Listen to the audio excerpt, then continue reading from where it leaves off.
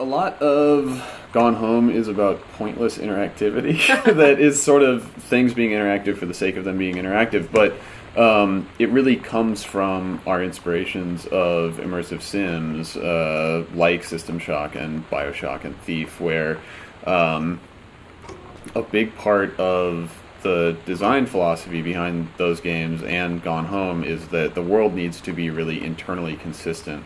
And there's this feeling that if there's something that your character might do, you should be able to do it in the game. So in Bioshock, for instance, you can flush all the toilets and you can turn on all of the faucets, and that's also true in like Deus Ex and Dishonored. Like, and sometimes like the water fountains in Deus Ex give you like 1 health or whatever, but really you can interact with them because there's this expectation of, if you could interact with that, if you encountered it in this world, we should let you do that, right? So, all of the faucets in our game can be turned on, and they can be turned on so that you can turn them on, and you can flush all of the toilets, and it extends into our philosophy behind you can pick up every plastic cup and toothbrush and Kleenex box, not because it's going to add a whole lot to your understanding of this world to be able to look at the underside of a cup, but to pay off that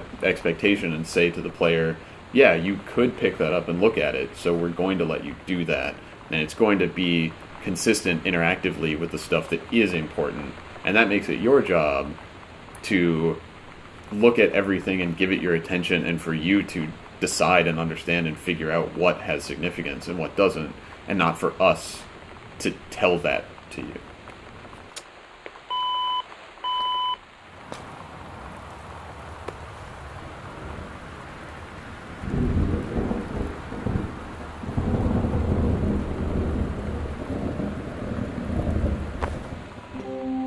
Lonnie brought her hair dye over today. She said, "I need to fix these roots. Think you could help?" Dyeing hair is weirdly intimate. I don't know if I've touched someone else's scalp before. That's pretty intimate, right? It felt intimate.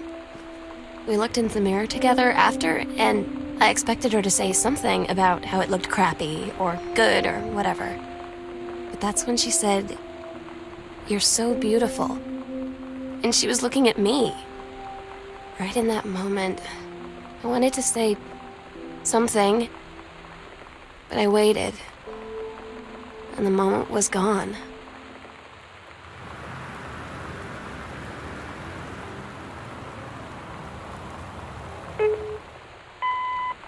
I mean, one of the most comforting things in the world to me is having somebody, like, brush my hair or stroke my head. Like, my mom, when I wasn't feeling well, I could lie down in her lap and she would just brush my hair.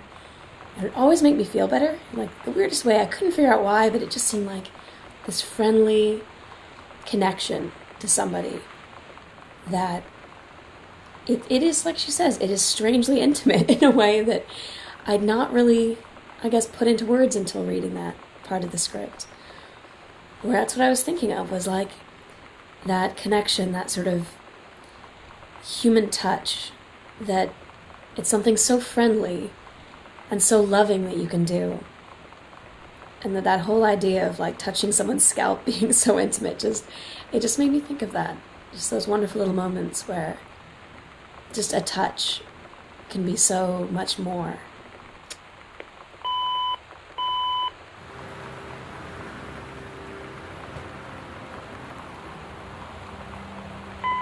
The boxes of tampons that you can find in the washrooms around the house, they weren't originally on the list of items that needed to be modeled, but when you're creating a bathroom at that level of fidelity, and when you're creating a bathroom for a teenage girl, no less, the idea of not having something like that is kind of jarring. It was kind of jarring to me, especially because when you're at that age, your period is something that kind of really defines your mood at any given day, and maybe what you wear and where you go. So, I just thought it was, something necessary for visual storytelling, especially of a girl going through what she's going through.